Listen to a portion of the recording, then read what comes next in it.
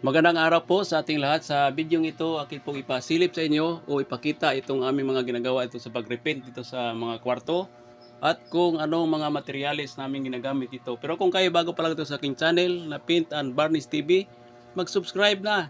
Pakipindot na rin yung notification bell para ma-update po kayo kung ano man ang upload ko dito sa channel na ito. Ayan po yung mga kulay dito sa kwarto. Ayan yung ceiling at yan po yung finish niya, kung ano pong kulay dito sa mga kwarto na ito, yung dati, yun pa rin ang aming mga kinulay dito. Kasi yan ang gusto po nila na sa may-ari po, hindi na po baguhin ang mga kulay. Yan po yung pinaka-paborito nilang kulay dito sa kanilang kwarto. Ito yung master room. Ayan ang kulay oh, yung blue, yung ito ngayong kasama ko si Mr. Kukoy Palomares. Yan po yung mga kasama ko dito sa pagpintura. Ayan ang mga ceiling, nilagyan po namin ng epoxy. Yung epoxy po ang aming mga ginagamit ito, yung product po ng E-Plus. Ayan po, isakabi. Yan po yung napakaganda pang pintura dito sa mga dugtungan at sa mga lahat ng mga crack. Kailangan natin yung epoxy. Yan, sa mga ceiling, sa mga walling na mga crack. Malaking bagay po ito na magamit ito sa mga concrete. Yan sa mga bitak, sa mga dugtungan, lahat ng mga dugtungan dito sa ceiling.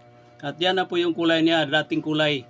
Sinudan ko na lang po, kaya wala pong pagbabago sa kulay, kung anong kulay yung dati. Yan, napakaganda na po at mabilis na po matapos pag repaint. Yan po yung mga aming mga ginagawa dito. Yan, sa isang araw, isang kwarto, tapos na kaagad. Ang kasunod kong ipapakita sa inyo dito naman sa ceiling, kailangan unahin muna natin pag-finish ito. I-cutting muna natin ito ng mga kanto, lahat ng kanto bago po tayo mag-final finish dito sa walling. Yung mga masilya, special po natin yan pagulungan ng plat. Para sa pangalawang patong, finish na. Ganon po yung proseso dito pagka nag-repaint po tayo. Madali lang po mag-finish. Yan, sa walling nakahanda na yung mga. So, okay na. Yan, ipaliwanag ko sa inyo itong aming mga ginagawa. Ito kailangan matapos to. Last day na kami ngayon. Itong walling na to. Yan, ceiling, walling. Matapos na po ito. Kaya, yan lang po yung mai-share ko sa inyo sa pag-repaint. Maraming salamat sa mga sumuporta dito sa aking munting channel na Paint and Varnish TV. Na walang sawang sumuporta. At sa mga kasama ko, naway mayroon kayong mga project palagi. At nagpasalamat din ako kay Kumparing Larry. Ito po yung project niya. Matapos na ito ngayon. Last din na. Kaya tapusin namin itong araw na to. Kinabukasan, kung saan naman kami may destino. Yan, maghanap na naman ng mapasukan. Salamat sa pag-extra ko dito na may mga trabaho pang mga kasunod namin. Kaya lang inaantay pa yung mga trabaho namin mga kasunod.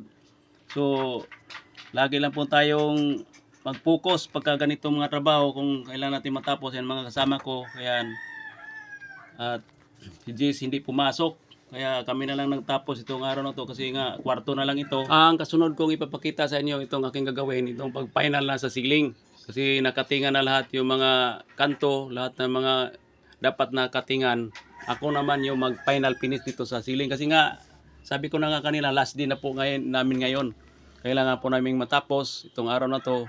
Siguro na sa mga 3 linggo na po itong ginagawa namin loob at labas. Kaya marami pong salamat sa mga sumuporta at sa mga walang sawang nanood dito sa aking mga ginagawa sa araw-araw na pagpintura. So hanggang dito na lang. Kung nagustuhan itong video na to, huwag kalimutan i-like and i-share. At doon sa mga nagtatanong tungkol sa mga materials na aking ginagamit, akin din yan sasagutin sa oras na break time o pag-uwi sa bahay. At pakipollow at like lang po yung FB page ko na Paint and Varnish TV. Salamat po!